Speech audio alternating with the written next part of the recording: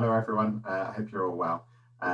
Thank you, very pleased to join the Waterwise Conference and be part of the meeting and the chats today, so great to be here. I won't talk to the points on the slide, you'll be fully relieved, but I want to share some new data we've got and some points we wanted to raise and cover off around water efficiency and how we can drive that forward and improve it.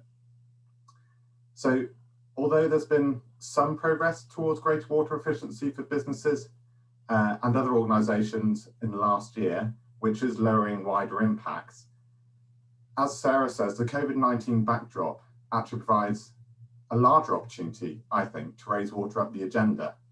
That's partly thanks to increased awareness around the importance of washing our hands, as well as doing some more cleaning as well.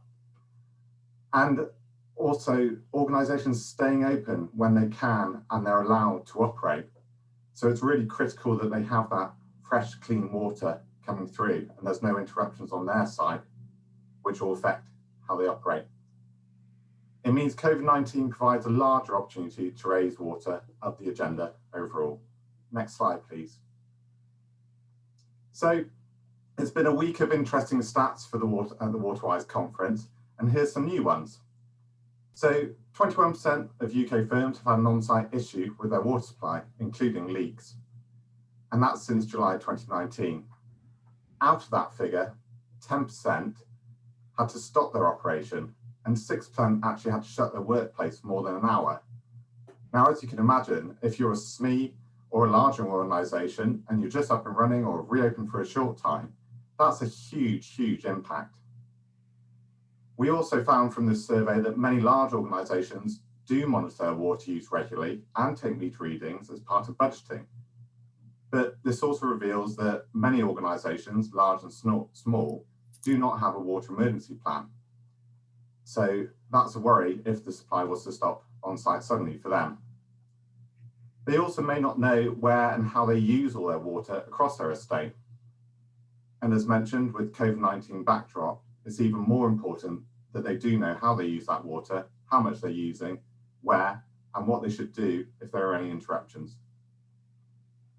Next slide, please. So, how does it all knit together? There are bigger savings and costs from inaction than many of us may think. For example, did you know that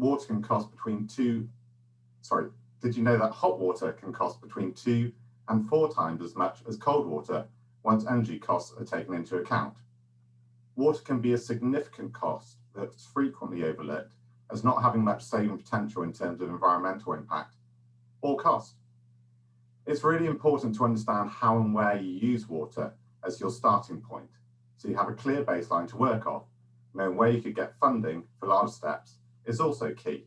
And there's a number of avenues out there, whether you're a large organisation, a smaller organisation, or even charity community groups, scout groups, etc.